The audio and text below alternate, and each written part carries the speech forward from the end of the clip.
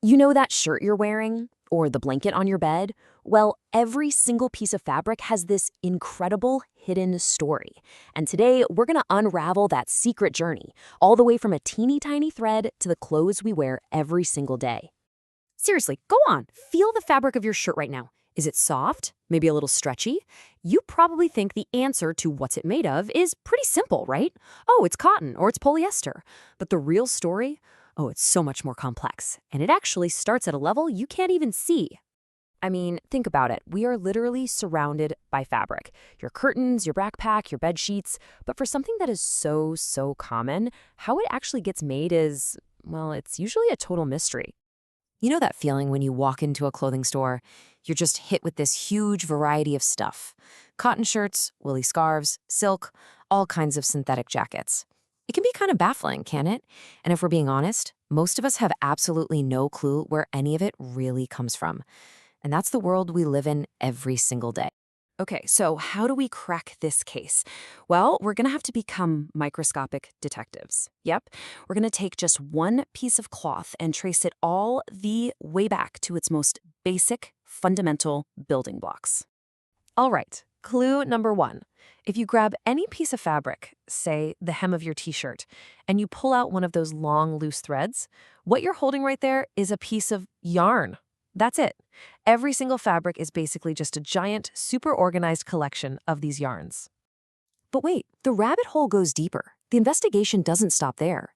Take that piece of yarn you're imagining and try to split the very end of it with your fingernail. You'll see it's made of even thinner, almost hair-like strands. This is the real secret. These are called fibers.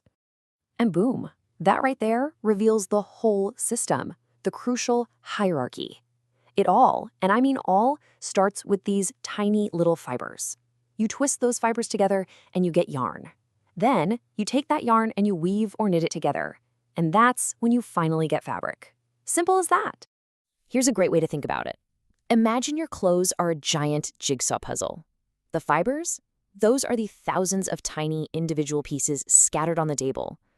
When you spin them into yarn, it's like you're connecting a bunch of those pieces to make a single row.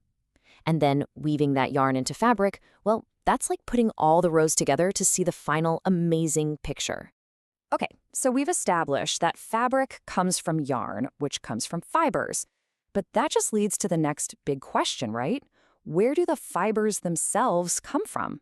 Well, turns out they come from two totally different places, the natural world and the science lab. And this is the big divide, the two main teams. You've got natural fibers, which are, exactly what they sound like. They come from plants and animals, and people have been using them for literally thousands of years. And then you have synthetic fibers. These guys are the newcomers. They're a pretty modern invention created by scientists in factories using all sorts of chemical substances. So when we're talking about natural fibers, we're talking about the OGs, the ancient classics. Think about that fluffy cotton, which comes from the little seed pods of a plant. Or cozy, warm wool, which is shorn from the fleece of sheep and goats. And then there's that incredible, luxurious silk, which is so carefully unraveled from the cocoon of a silkworm. Amazing!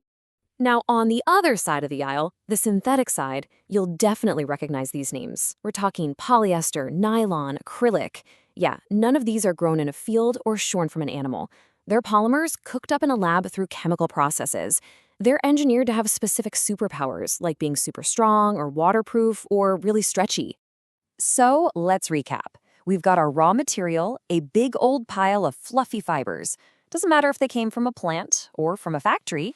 The big question is, how does that fluff turn into the actual shirt you're wearing? Well, it's basically a two-step magic trick. Step one is spinning. This is where you draw out and twist all those loose fibers together to make one long, strong, continuous piece of yarn. It can be done with really simple tools like a hand spindle or even a charka. You know, the one Mahatma Gandhi made famous?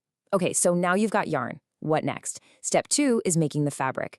You can do this by weaving two sets of yarn together on a big machine called a loom, or by knitting, using just a single yarn to create something like your favorite sweater. All right, so we've got the how sorted out. Now, let's hop in our time machine for a quick trip to explore the when. Because, let's be real, our ancient ancestors were definitely not walking around in t-shirts and jeans. Way back in the day, people just used whatever they could find around them. We're talking big leaves, tree bark, animal skins, anything to cover up. The first big leap forward was when they figured out how to weave things like grass and twigs into mats and baskets. Pretty clever. Then things got more advanced. Early civilizations, like in ancient India near the river Ganga, actually started growing plants specifically for fabric, like cotton. But the invention that changed everything, the sewing needle. That was the real game changer. For the first time, we could actually cut and stitch fabric into clothes that fit our bodies. And there you have it, the whole journey, from start to finish. It's a pretty incredible path when you think about it. It starts with just a single tiny fiber, one that could be growing in a cotton field or being cooked up in a lab. That tiny fiber gets twisted into yarn, and that yarn gets woven or knit into the very fabric that's part of your life right now, at this very moment. So from simple leaves to super high-tech synthetics, the story of fabric has always been a story of human innovation, which, of course, raises one last big question. If this is where fabric has been, where is it going next? What do you think the shirt on your back will be made of 100 years from now? Now that is something to think about.